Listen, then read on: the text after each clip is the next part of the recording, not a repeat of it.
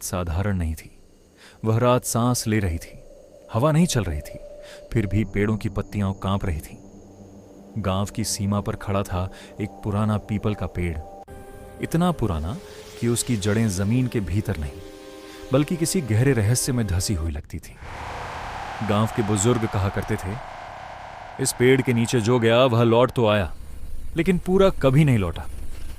रात के ठीक 12 बजते ही बिना हवा के पीपल की पत्तियां हिलने लगती थीं और अमावस्या की रात गांव के सारे कुत्ते एक साथ रोने लगते थे, जैसे उन्होंने कुछ देख लिया हो।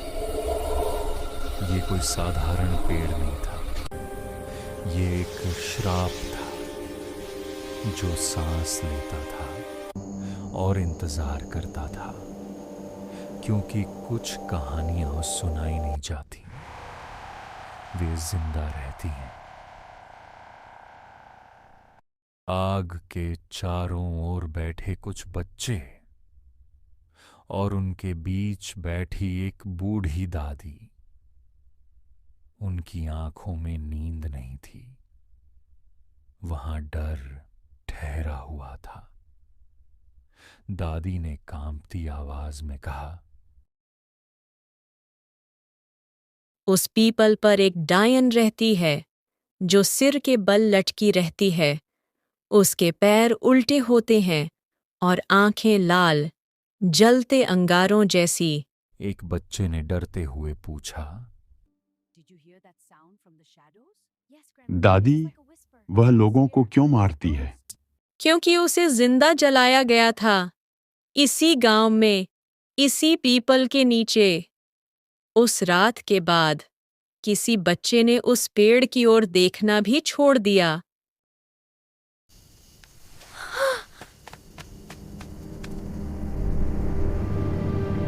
दिन के उजाले में वह पेड़ साधारण लगता था, लेकिन रात होते ही उसकी छाया इंसान जैसी हो जाती थी। पेड़ के तने पर लाल सिंदूर लगा था, लोहे की कीलें ठुकी हुई थीं, काले धागे और नारियल बंधे थे। लोग कहते थे यह सब उसे बांधने के लिए है ताकि वह नीचे न उतर सके। लेकिन सवाल यह था, अगर वह बंधी हुई है तो फिर हर अमावस्या को हंसता कौन है? आरव, एक पढ़ा लिखा युवक, शहर में पला बढ़ा, भूत, प्रेत, डायन, उसे सब अंधविश्वास लगता था। वह हंसकर बोला, डर दिमाग में होता है, पेड़ों में नहीं। उसे क्या पता था कि कुछ डर दिखाई नहीं देते, वे महसूस किए जाते हैं। मंदिर के पुजारी ने आरव को रोक लिया। आज अमावस्या है बेटा, उस पीपल के पास मत जाना।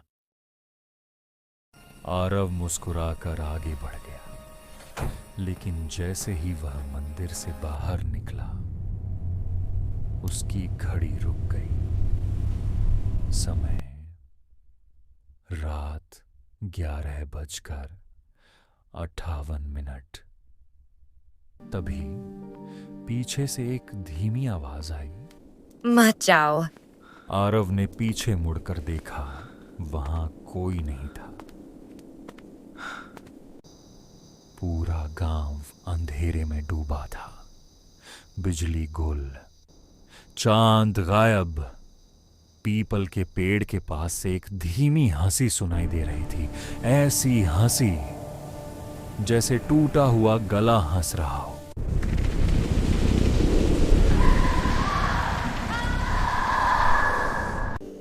आरव का दिल तेज धड़कने लगा, लेकिन उसके कदम नहीं रुके।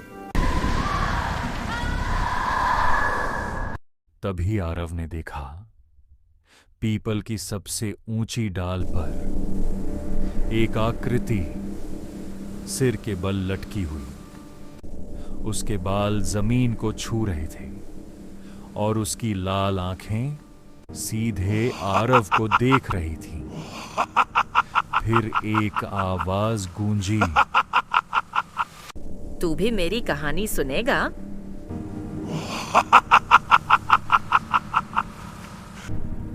आरव की सांस अटक गई। उसका शरीर सुन्न पड़ गया। अगली सुबह जब उसकी आंख खुली, वह अपने बिस्तर पर था, लेकिन उसके पैरों पर जलने के ताजा निशान थे।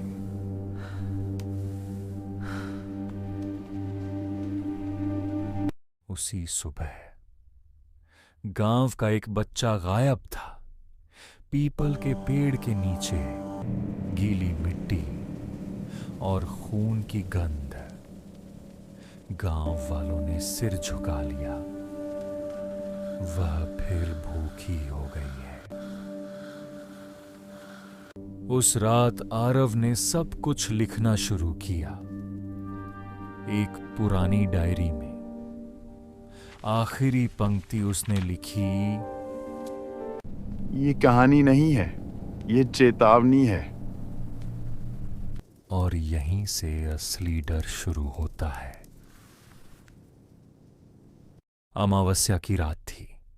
पूरे गांव पर अजीब सी चुप्पी छाई हुई थी। ना कुत्ते भौंक रहे थे, ना झींगरों की आवाज। ऐसी खामोशी जैसे पूरी धरती सांस रोककर बैठी हो। आरव ने घड़ी देखी। रात के ठीक 12 बजने वाले थे। उसके कानों में अचानक एक फुसफुसाहट गूंजी। अब वह जाग रही है। पीपल का पेड़ अंधेरे में और भी विशाल लग रहा था। उसकी जड़ें जमीन से बाहर निकली हुई थीं, जैसे कोई कंकाल अपनी उंगलियां फैला रहा हो। तने पर लगा सिंदूर अब काला दिख रहा था। लोहे की कीलों से जंग टपक रही थी। हवा चली और पेड़ से बंधे काले धागे गए। तभी पीपल के नीचे से धीमी टूटी हुई हंसी सुनाई दी।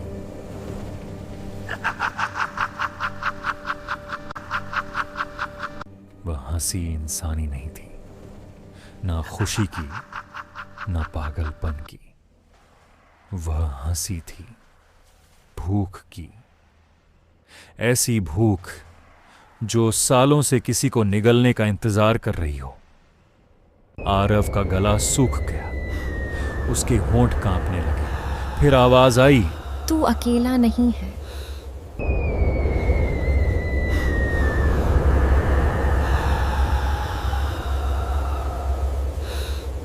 आरव ने धीरे से पीछे देखा। वहां नंगे पांव, गीले कपड़े, आंखें जमीन पर टिकी हुई। उनके चेहरे डर से जमे हुए थे। एक बच्चा फुसफुसाया, भैया, वो हमें बुलाती है।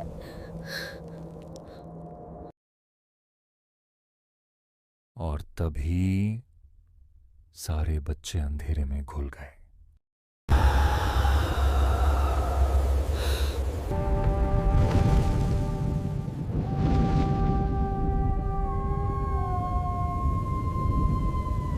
अचानक आसमान में हलचल हुई। जो थोड़ा सा चांद दिख रहा था, वह भी बादलों के पीछे छिप गया। पूरा इलाका घुप अंधेरे में डूब गया।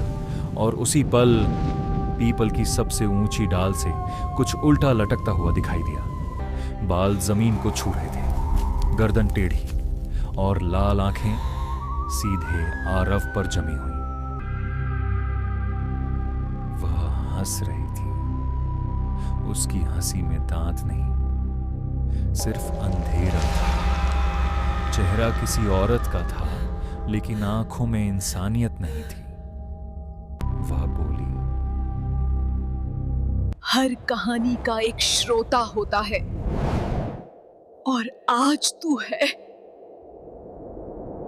आरव चीखना चाहता था, लेकिन आवाज नहीं निकली।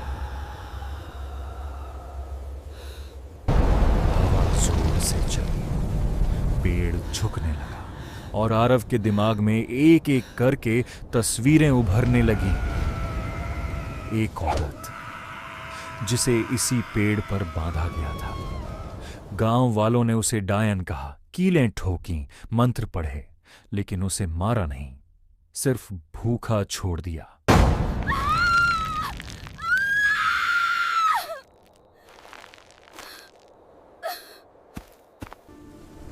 हर अमावस्या कोई ना कोई आता है। कभी बच्चा, कभी राहगीर, उसकी आंखें जल उठी, और कभी कोई सवाल पूछने वाला। आरव को एहसास हुआ, गांव की चुप्पी डर नहीं थी, सौदा थी।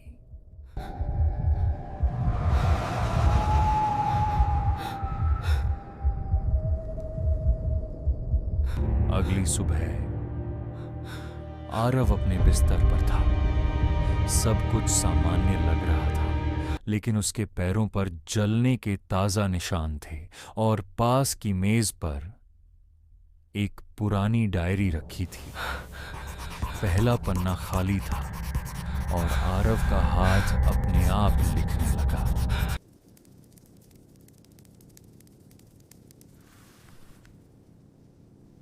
गांव की गली में एक घर के सामने भीड़ लगी थी।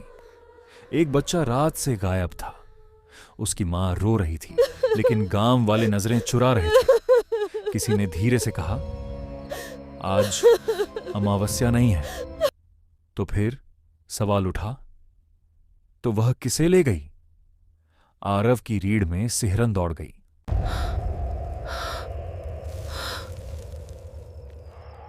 आरव ने गांव के लोगों से पूछा, इस बार किसी ने रोका नहीं। तू ज्यादा जानना चाहता है बेटा, और यही गलती उसने भी की थी। पीपल की तरफ इशारा हुआ। हवा ठंडी हो गई।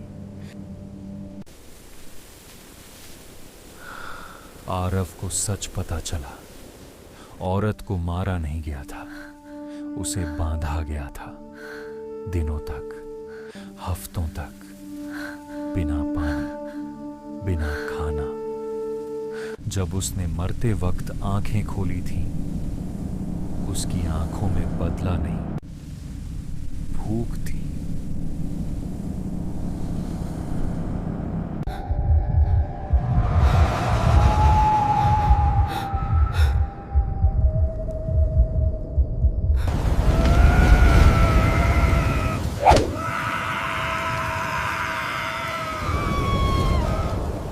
उस रात आरव की घड़ी फिर रुकी। 11:58। पीपल से आवाज आई, अमावस्या का अंधेरा।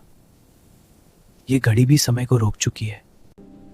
तू हर बार समय नहीं रुकता, सिर्फ गवाह बदलता है। आरव समझ गया, वह अगला गवाह है।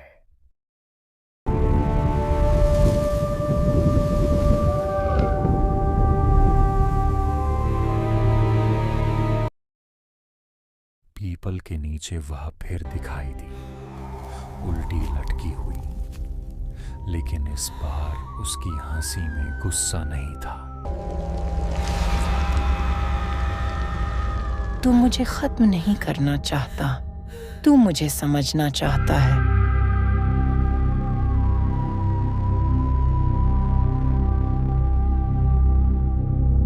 आरव ने पहली बार सिर हिलाया।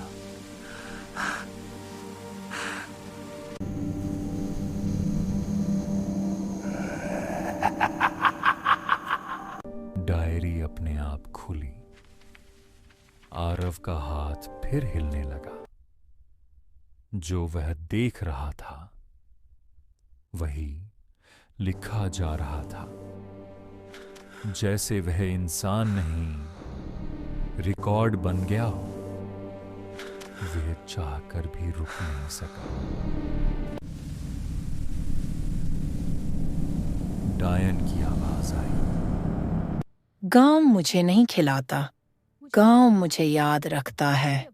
जब लोग भूलने लगते हैं, मुझे भूख है, भूख बढ़ती मुझे है। छोड़ दिया गया। यह भूख मिटाओ।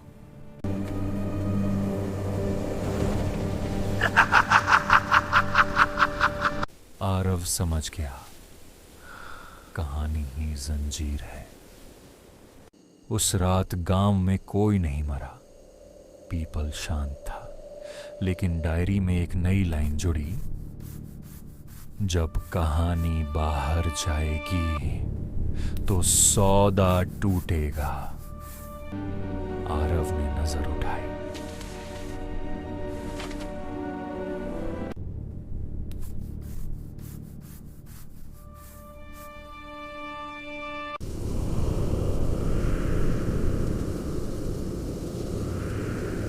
आरव ने डायरी उठाई और पहली बार पीपल की तरफ पीठ कर ली।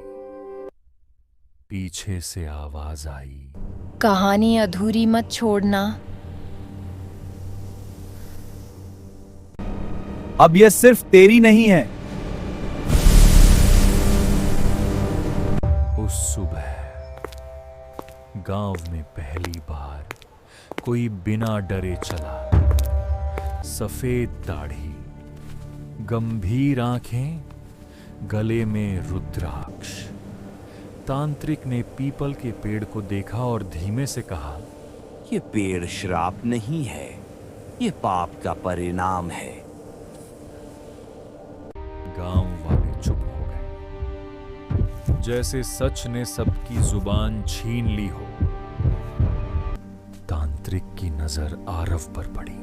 तू लिखने वाला है, लेकिन तू इसके लिए चुना नहीं गया था। पर अब यह मुझसे रुक नहीं रही।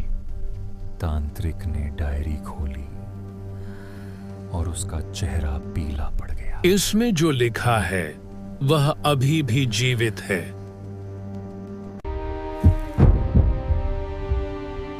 ओम क्रीं क्रीं क्रीं हूं हूं क्रीं क्रीं दक्षिणे कालिके क्रीं क्रीं क्रीं हूं हूं क्रीं क्रीं स्वाहा।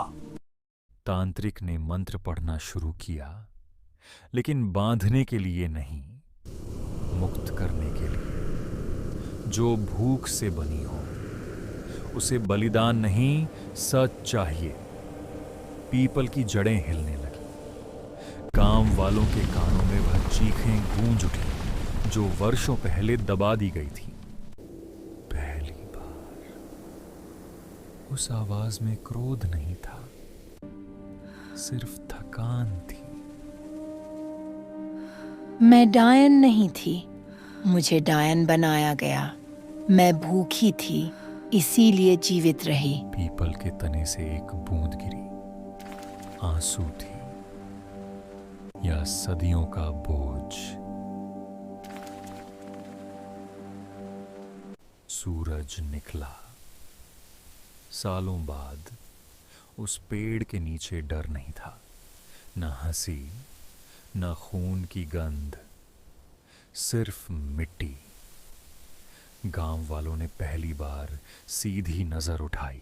आज भी जब कोई ये कहानी सुनता है, कहीं दूर एक पीपल का पत्ता हिलता है, शायद याद में, शायद धन्यवाद में। और उस डायरी के अंतिम पन्ने पर सिर्फ एक पंक्ति लिखी है, कहानी कभी समाप्त नहीं होती, सिर्फ जिम्मेदारी बदलती है।